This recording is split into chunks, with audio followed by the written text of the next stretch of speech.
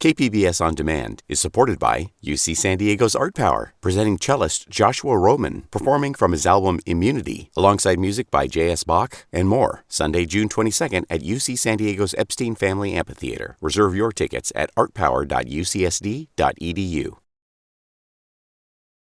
When we last left James Bond, we were about to meet some of the women in his life. Who are you? My name is Pussy Galore. I must be dreaming. Welcome back to listener-supported KPBS Cinema Junkie. I'm Accomando, Beth Accomando. Earlier this month, the latest film in the 007 franchise, No Time to Die, finally hit theaters after a year-and-a-half pandemic delay. That film gave us some radically different female characters than we've seen cross Bond's path in previous decades. That's where we left off our discussion in Part 1 of Cinema Junkie's Bond, James Bond. Now we're going to pick up our discussion of the literary and cinematic world of James Bond in Part 2 of Cinema Junkie's exploration of fantasy spies. So join us as we pick our favorite Bond babes, as well as favorite Bond actors in films. You might be surprised by the choices. To explore more of the 007 universe, I'm bringing back my favorite special agents, Gary Dexter and Jeff Quest. They're a pair of espionage aficionados, as well as regular contributors to Shane Whaley's Spybrary Podcast. Last month, Gary Dexter flew to London to see No Time to Die twice at its earliest release date, and Jeff Quest describes himself as a huge fan of spy novels and runs Spywrite.com, a website dedicated to spy fiction and nonfiction. I'll be back with Gary and Jeff to continue our discussion of the Bond franchise. But first, I need to take one quick break. And to take us into that break, here's Sterling Anno with a Share Your Addiction. Sterling Anno here from the Oceanside Horrible Imaginings and San Diego Underground Film Festivals. And one addiction I want to share with you today is Charles Laughton's Night of the Hunter. I can't get enough of this film. My family can't get enough of this film. And I think that's a great problem to have, honestly. It is the one film I can identify with having bridged all members of my family together on at least one agreement, that it's a fantastic piece of cinema, regardless of our political beliefs, of our differences, and any sort. I believe true cinema does that to people, and this is the one title I can claim as the one to do that with us, and hopefully you all have your own as well. It's a great thing to have if you can find it. It can be tough, but not a day goes by I'm not grateful for mine. And that's all I got to say. Thanks, Sterling. Sit tight and don't push any red buttons, and I'll be right back with more 007 fun. KPBS On Demand is supported by Splytero, helping homeowners pay off debt or for home improvements by offering streamlined access to your home's equity with no additional monthly payments or new debt. Splytero provides a lump sum payment in exchange for a share of your home's future value. Learn more at splytero.com.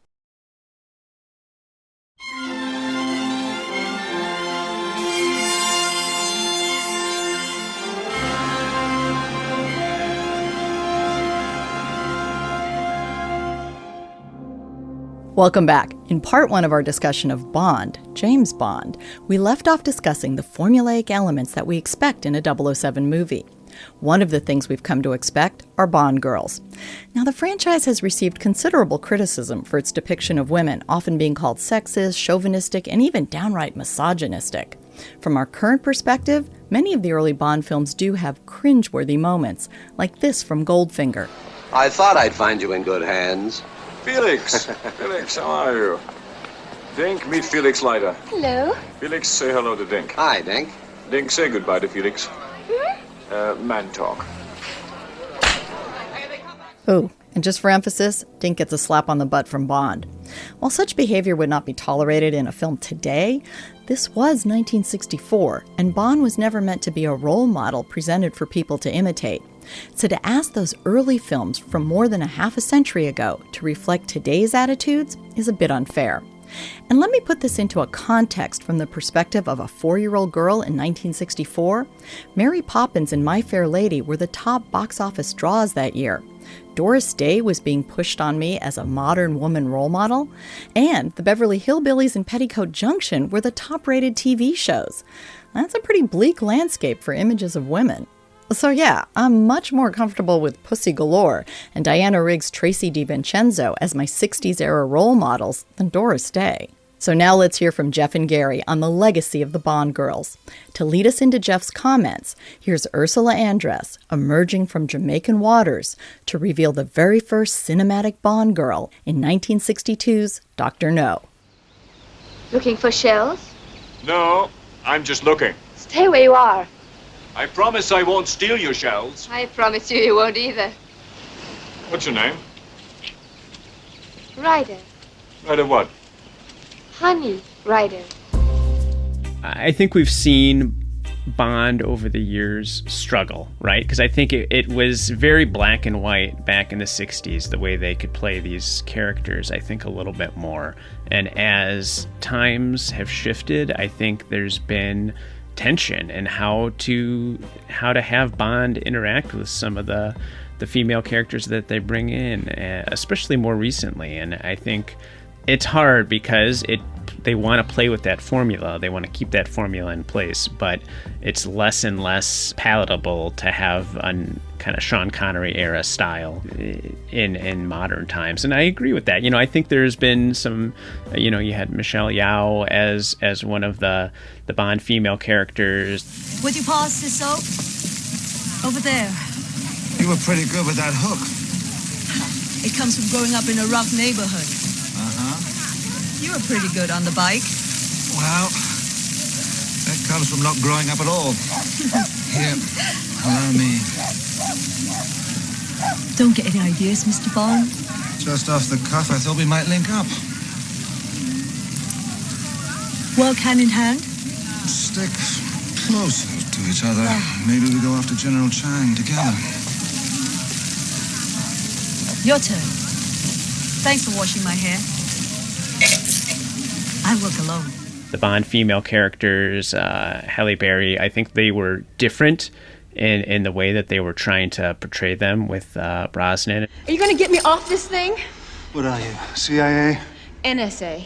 Hello? We're on the same side. Doesn't mean we're after the same thing. Sure it does. World peace, unconditional love, and your little friend with the expensive acne.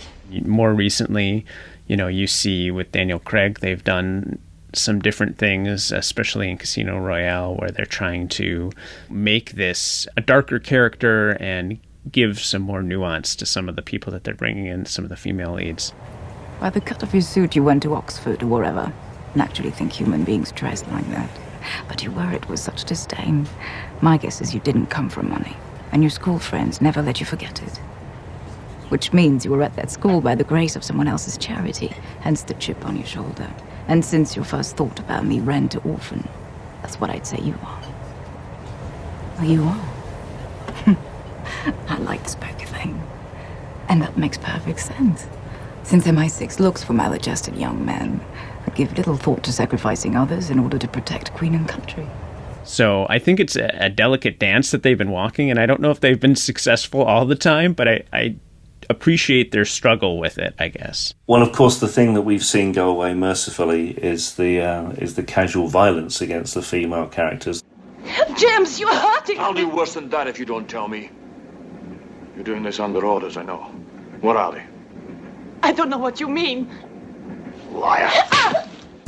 It's fairly commonplace in the Connery era and even the very early Roger era, although I know that from interviews with Moore himself, he found that very distasteful. I think we've had a few decades where it would be the cliche for the actresses that had been given the roles, had won the roles, to say, well, I'm going to be a different kind of Bond girl, as they used to be known. And then we'd get to the movie and find that, well, no, unfortunately, they weren't that different. I do think that a lot of the villainess, if you like, roles, or the female henchman, I'm thinking of Xenia Onatop in particular. You don't need the gun, Commander. That depends on your definition of safe sex. It's close enough. Not for what I human mind. Particularly strong characters, and even Pussy Galore, very ambiguous, semi-villainess. Well, won't you join me? Not on duty. I'm Mr. Goldfinger's personal pilot. You are? And just how personal is that? I'm a damn good pilot. Period. Well, that's good news. This should be a memorable flight. You can turn off the charm. I'm immune. They've been stronger and actually more of Bond's equals. And I think we're moving to a time now, and we'll see how they do with No Time to Die, where we're finally actually going to see women on a par with Bond. We've got a woman of colour carrying the 007 role, and from what we've seen in the trailers, that's going to be a genuine equal. In trouble? Constantly. Naomi is probably one of the only few women, and also women of colour, in MI6 and in the 00 programme. The women that you see in this movie will very clearly reflect the kind of women that are in the world today, and being badasses at that. I think that's the way it should be going forward. I mean, we don't want Bond to be overly realistic, but we need it to be plausible, and I think there needs to be more of a recognition that espionage operations are team efforts and that there will be other significant agents involved. And even going back to The Living Daylights, when we've seen more of them than most other movies, you don't see a lot of other 00s in Bond. And whilst you want to focus on Bond as our main man, our protagonist, and our sort of doorway into that universe, it would be very interesting to see, I think, other 00s in a team context in a Bond movie. We may be about to get that, I hope so. Do you each have a favorite Bond female character? I certainly do, by a country mile, and that's Domino Vitale from Thunderball. Will you excuse me? You're not going too soon. I'm afraid so. My guardian's yacht. Oh, really? He'll be expecting me. May I come with you? I'd love to meet your guardian. Oh, no. Will I see you again? It's a small island. Perhaps we can have dinner together. No. My dear uncooperative Domino. How do you know that? How do you know my friends call me Domino? It's on the bracelet on your ankle. So, what sharp little eyes you've got. Wait till you get to my teeth. I think Claudine Auger is one of the most attractive females to walk the face of the earth, and the character is very fiery, and is a no-nonsense character. So I think, purely as a pretty female of the species, she's lovely to look at, but the character is interesting and, is not prepared to take any nonsense. Yeah, this is one I struggle with, I think, because, I think each Bond defines his own female antagonists or female love interests, and so there's interesting things with each of them, I mean, I'm probably fall more in the Pierce Brosnan era, because I think that's another interesting thing, is that as you grow up, you have your own Bond, right? And I'm sure we'll talk about that. But so for me, I'd probably say, I mentioned Michelle Yeoh and Halle Berry. I kind of enjoyed them as my favorites, I suppose. Jinx, you say? Born on Friday the 13th. You believe in bad luck? Let's just say our relationships don't seem to last. I know the feeling. Predators usually appear at sunset. And why is that? It's when their prey comes out to drink. So what do predators do when the sun goes down? They feast like there's no tomorrow. Yeah, I would have to go hands down with Pussy Galore and Honor Blackman. Well, how about it, handsome? Don't you think it's time we got to know each other socially? Well, the new Miss Galore. Where do you hide your gold knuckles in this outfit? Oh, I never carry weapons after business hours. Yeah? So you're off duty? I'm completely defenseless. So am I. With a close second to Diana Rigg. You're full of surprises, Contessa. So are you, Mr. Bond? Do you always arm yourself for rendezvous? Occasionally, I seem to be excellent, Prawn. I'll take that if you don't mind. You're very sure of yourself, aren't you? Suppose I were to kill you for a thrill. And those are the ones I grew up with, so I think those are the ones that kind of had the biggest impact on me.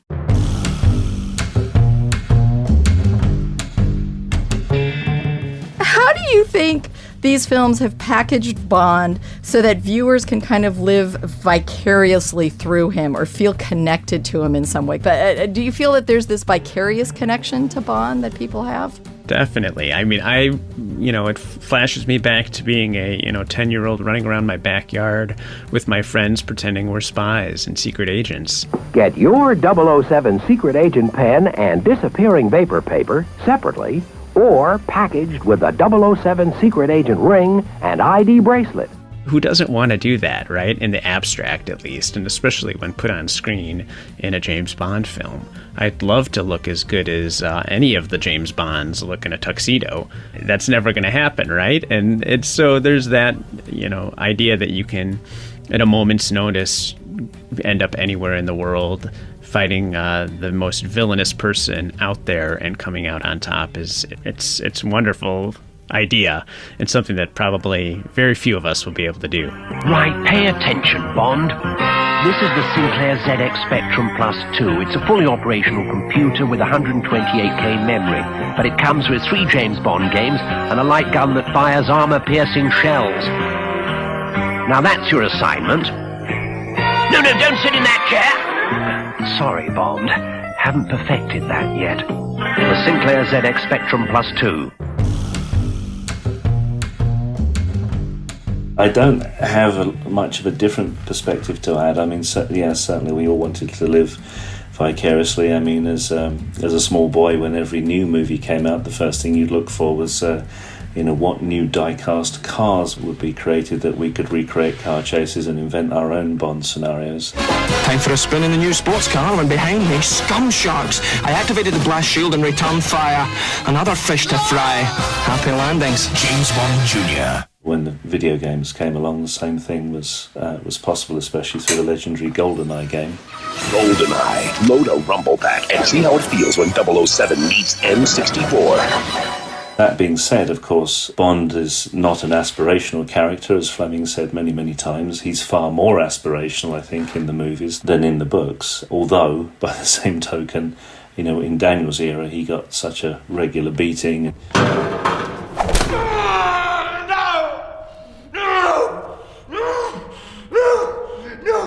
To the right! To the right! To the right! You are a funny man, Mr. Bond. Ah! Yeah! Ah! Ah! Yes! Yes! You could see the physical and emotional scars on the character, so I think perhaps less so, but he did serve to humanize the character and make him more accessible, if perhaps a little less vicarious. Okay, I need to take one more quick break, and then I'll be back to finish this discussion on Bond, James Bond. And to take us into the break, here's Eric Leonardis with a cold turkey. Hi, I'm Eric Leonardis. I'm a neuroscientist and an AI specialist, and this is what needs to stop cold turkey. All right, artificial intelligence is very popular in films these days, and the thing is, they're always hyper-intelligent, more intelligent than human beings. The fact is, after working in AI for a few years, you'll find that AI is actually very stupid. It doesn't do what you want. It's not actually capable of being a super intelligent human, okay? In movies like The Matrix, The Terminator, 2001: A Space Odyssey, Transcendence, what they forgot is that AIs are just going to take human biases and run with them. They're going to take the worst parts of you and they're going to amplify them, okay? They're not going to be, so much smarter than humans, we're going to exterminate the human race. No, I mean, they're going to do it because a corporation paid them to do it, not because there's some super intelligent freak. Thanks, Eric. I appreciate your passion. Hold tight, and I'll be right back with Gary and Jeff to pick our favorite Bonds. KPBS On Demand is supported by UC San Diego's Art Power, presenting cellist Joshua Roman, performing from his album Immunity, alongside music by J.S. Bach and more. Sunday, June 22nd at UC San Diego's Epstein Family Amphitheater. Reserve your tickets at artpower.ucsd.edu.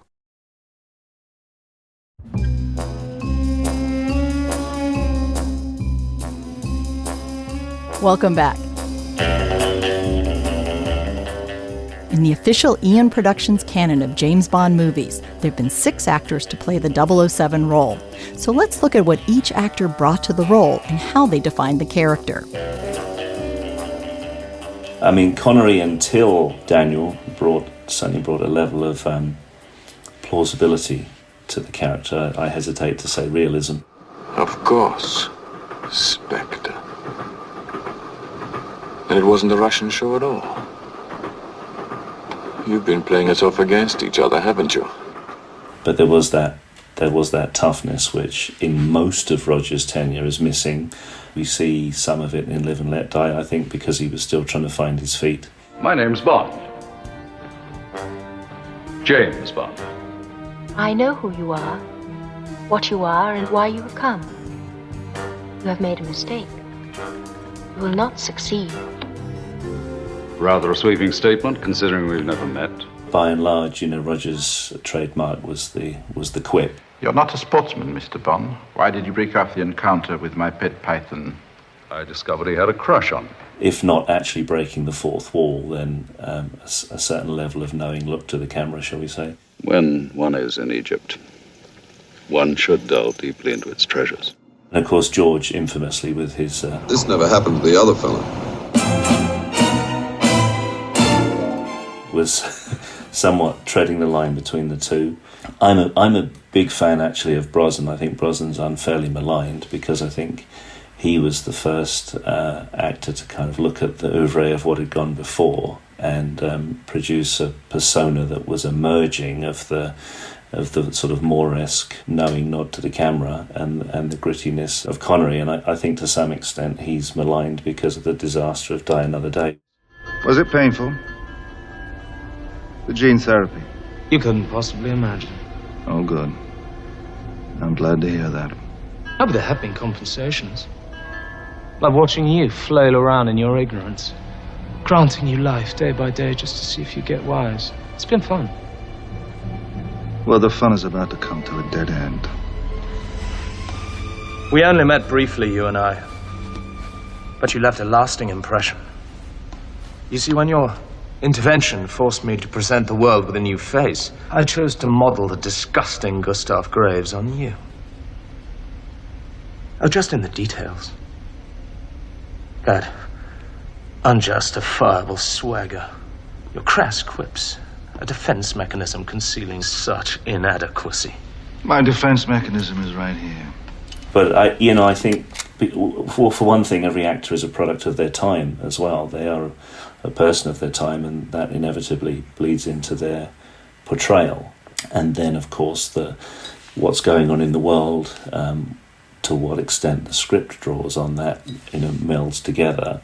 And we sort of carry forward this idea that, well, this is really one character, this is one person's life, and we sort of file away in the back of our head the fact that they look completely different, and time has moved across nearly 60 years since that's happened. So it's a very interesting game, I think, one ends up playing with oneself whilst enjoying the Bond universe as a whole. Mr. Bond. Oh, yes, Mr. Bond. My name's Bond. James Bond. My name is Bond. James Bond. The name's Bond. James Bond. The name's Bond. James Bond. For me, the fascinating thing about Bond is that he's been around so long and been recast, and so every generation has the joy of finding their own kind of Bond and having that feel unique to them, I think. Each generation sees themselves reflected a little bit better as we kind of iterate through the decades. And you get your favorite, right? You get to choose. And I think that's part of the fun as well, right? It's not like some of these franchises where they are very static as far as the people that they have in there. Every few years it changes out and you can have those arguments. And I think that's part of what makes it fresh is that, I can fight over whether I like Timothy Dalton or Pierce Brosnan or Daniel Craig, who's the best one? And you can have these arguments that have no stakes because it doesn't matter. But we can have that kind of discussion and have fun.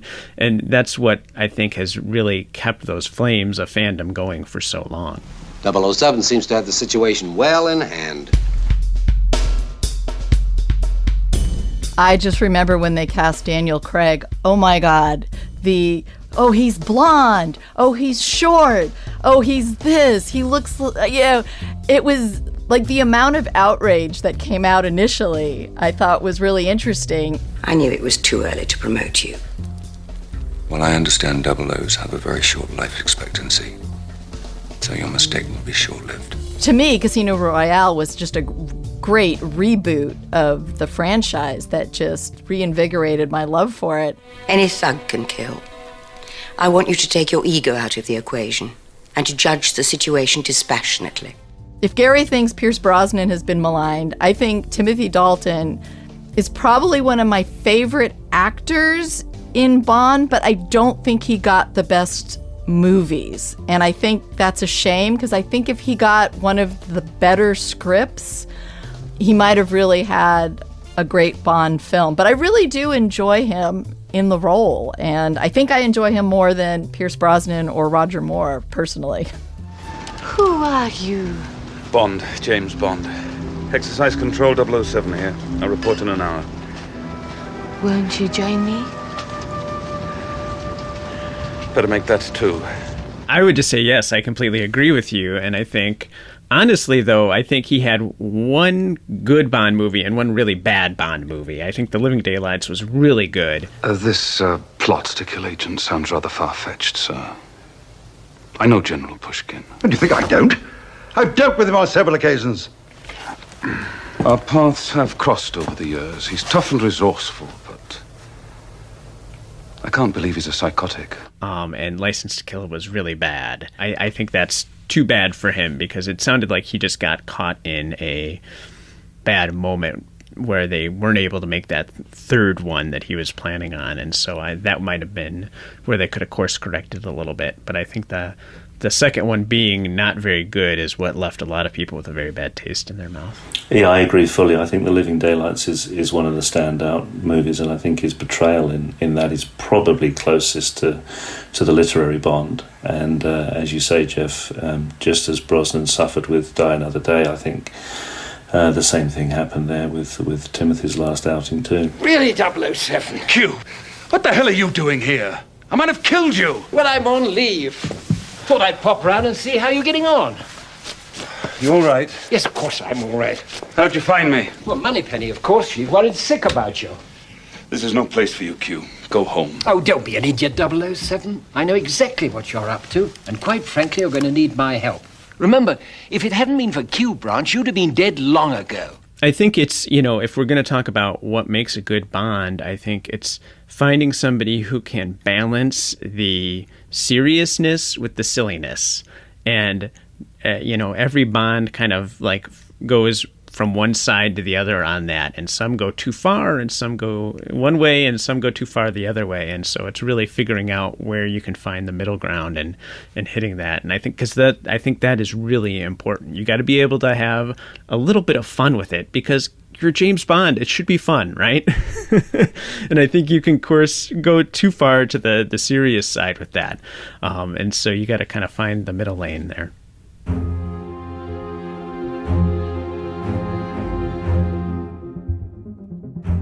Well, in talking about the idea of change, Albert Broccoli is the one who, started this franchise, but he died in 1996. And one thing I'm a little curious about, because she's kind of a private person, I don't see a whole lot of interviews with her, but Albert Broccoli's daughter, Barbara, was also one of the producers on the film. She came on, I think, with the first Pierce Brosnan film. But do you think that she's exerted an influence on the way the franchise has gone? Because it seemed like when Daniel Craig came on board, that was kind of her first opportunity to cast that role without her father's kind of influence and shadow, or the fact that her father was involved in picking Pierce Brosnan. But do you think she's exerted some influence over where this franchise has gone? I think she definitely has personally, and there's various accounts in the media of Daniel being a casting choice that she fought very hard for, and as you say, the outrage in the news media and online was A, ridiculous, and B, loud. I had recently seen Craig in Layer Cake, and so as soon as that was announced, I know that's the guy for the job. Clearly, she went to bat, and it was absolutely the right choice. As you say, it rejuvenated the franchise. and brought a level of success and interest that hasn't been seen since the 60s. As you know, I'm over here in London, and what you're seeing around London and around the country is a level of Bond mania that really echoes that time, and I haven't seen this level of it for any of the other releases. Yeah, absolutely. I think she's a key, if not the key driving force behind its continued success.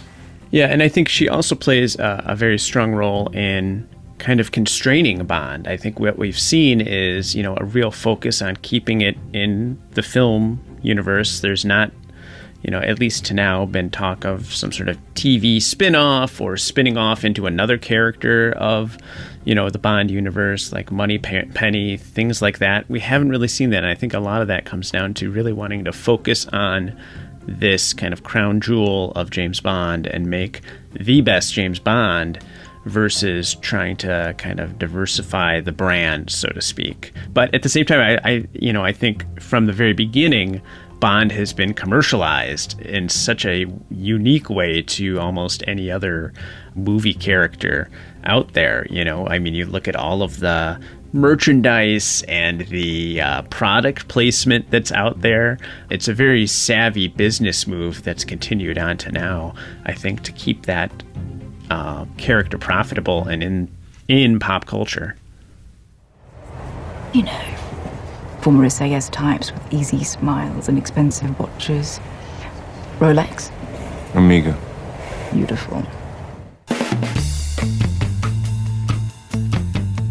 So where do you think the franchise is going to go after No Time to Die? This is, Daniel Craig has said that this is going to be his last one. There's been a lot of talk about who's going to take over the 007 role, a lot of arguments online. What are your feelings for what may happen next? I don't know if it will happen, but what I would like to see is Lashana Lynch carry on as a 00. Maybe, I think we kind of have to have Bond as 007, so there's going to have to be some rejigging of the 00 numbers, but her character looks to be extremely interesting.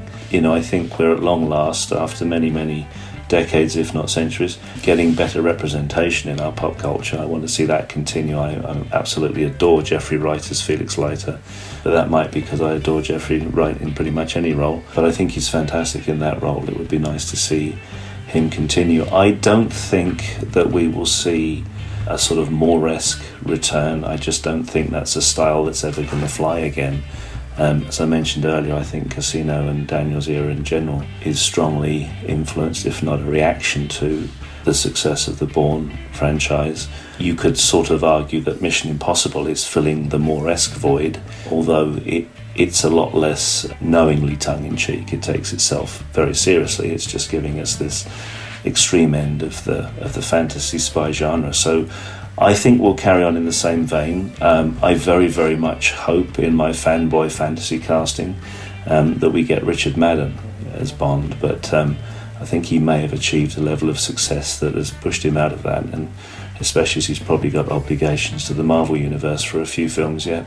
I think this is going to be a very difficult turning point, because I think we've seen Daniel Craig in this role for so long now that it's going to have, I would assume, the producers really thinking about where they want to go from here. What do they want to do? Because there's so many different options, right? Do they go with somebody really, really young that's going to give just a very dramatic, different take from what we've seen with Bonds? Most Bonds have been in their 40s, right? I mean, generally, when we see them in their prime. So do you go with somebody just fresh face starting out? Or do you do something really radical, right? I mean, they could go back in time and set something back in the 60s. I don't think they will. I think they like keeping things in the modern era. But could you imagine that we get to go back and see a 60s era Bond again? That would be pretty wild. And I think when it comes to who they cast, I think in my mind, it's always going to be somebody that you have a vague awareness of, but could never pick them out of a lineup or know their name. Because Bond makes the actor, the actor doesn't make Bond. And I think as long as they keep that in mind, I think they'll probably be okay.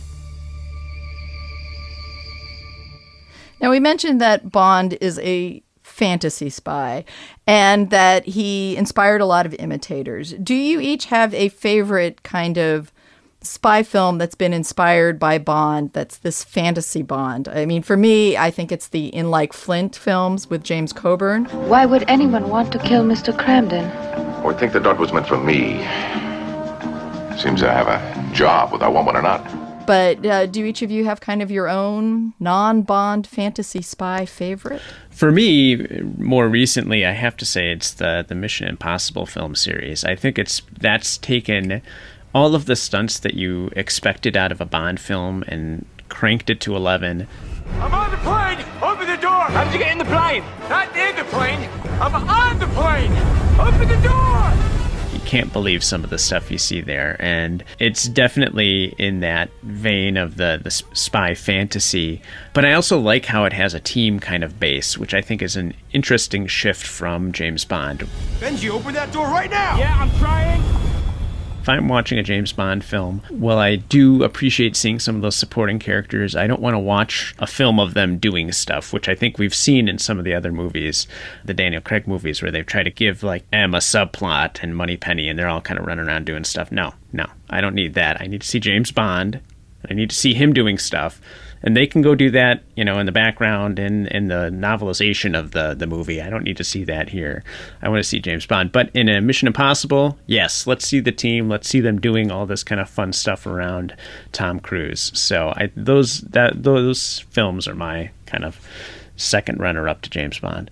On that point that you just mentioned there, I think the Mission Impossible films really took off when J.J. Abrams became involved. I mean, that third movie and Philip Seymour Hoffman as the villain in that, I mean, he was absolutely terrifying. In fact, at a level that you don't really see with Bond villains in terms of just the sheer psychopathy and the fear that he engendered.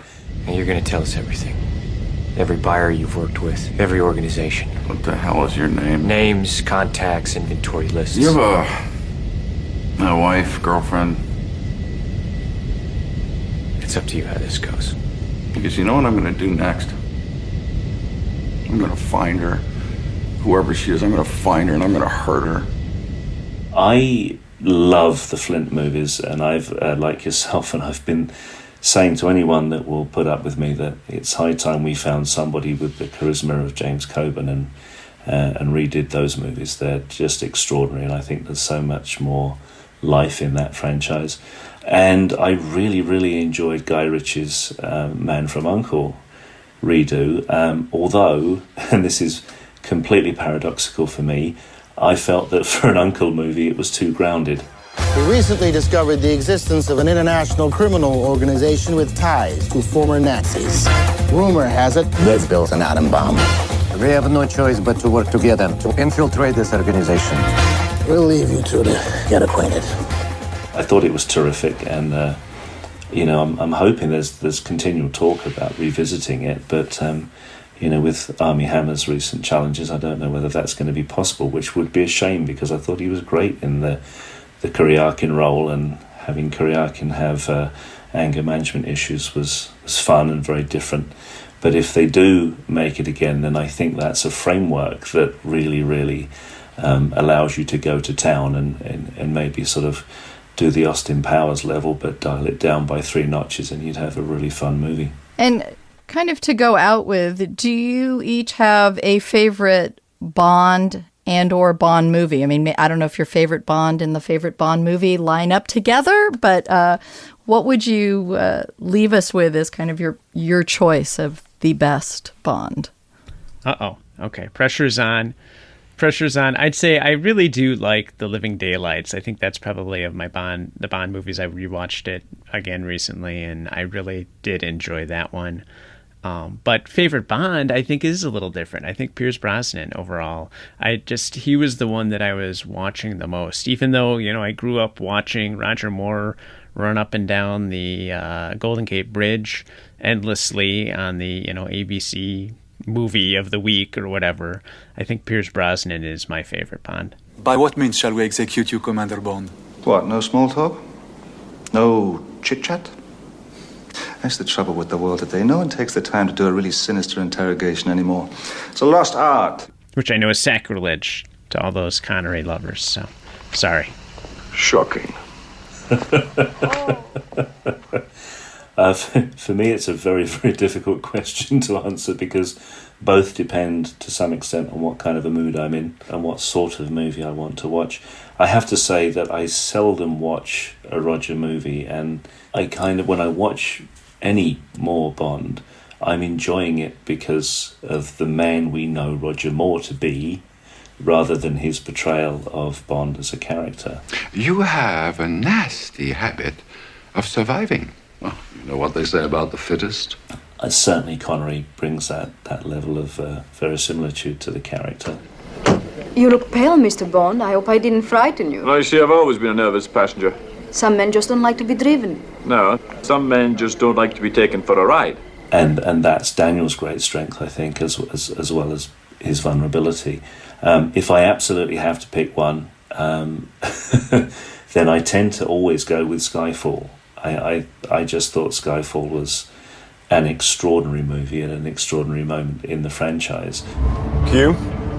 I need help. I'm tracking the car. Where are you going? I've got M. We're about to disappear. What? I need you to lay a trail of breadcrumbs impossible to follow for anyone except Silver. Think you can do it? I'm guessing this isn't strictly official. Not even remotely. So much for my promising career in espionage.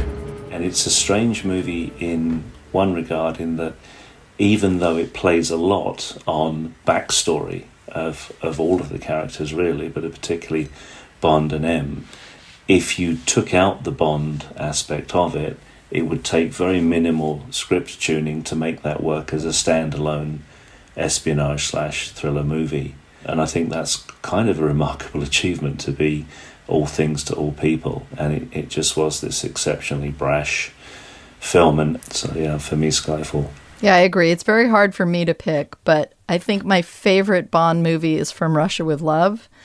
My favorite Bond is definitely Sean Connery, with Daniel Craig being a second, and Casino Royale is probably right up there with From Russia with Love. But I have to give props to Goldfinger as probably the most rewatchable Bond movie. If that is ever on, or if ever anybody says, oh, let's watch a Bond movie, it's like, that's a pretty go-to one. You are a clever, resourceful man, Mr. Bond. Well, thank you. Perhaps too clever. Twice our paths have crossed. Let's leave it at that. I should think our first meeting would have convinced you. Oh, I see. You're worried about me not giving you a return game. Both of us know perfectly well what we are talking about, Mr. Bond.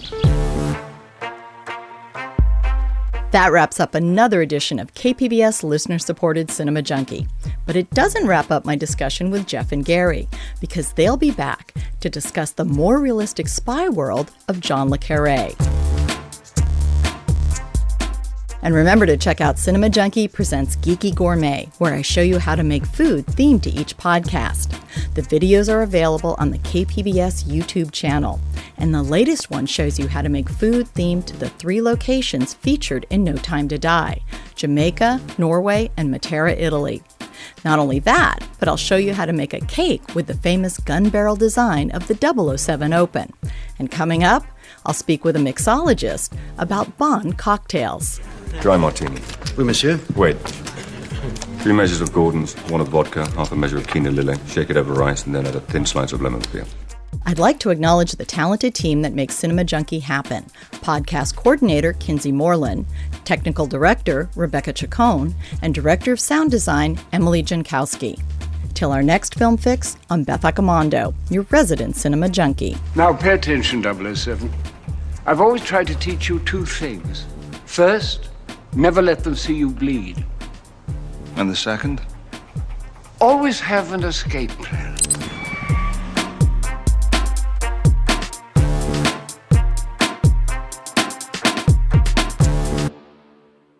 KPBS On Demand is supported by Latino Legacy Foundation, presenting their Storyteller series, Reach for the Stars with Ellen Ochoa, the first Latina astronaut. Welcome Serenade by the all-female mariachi Amapolas, Sunday, June 29th. More at latinolegacyfoundation.org.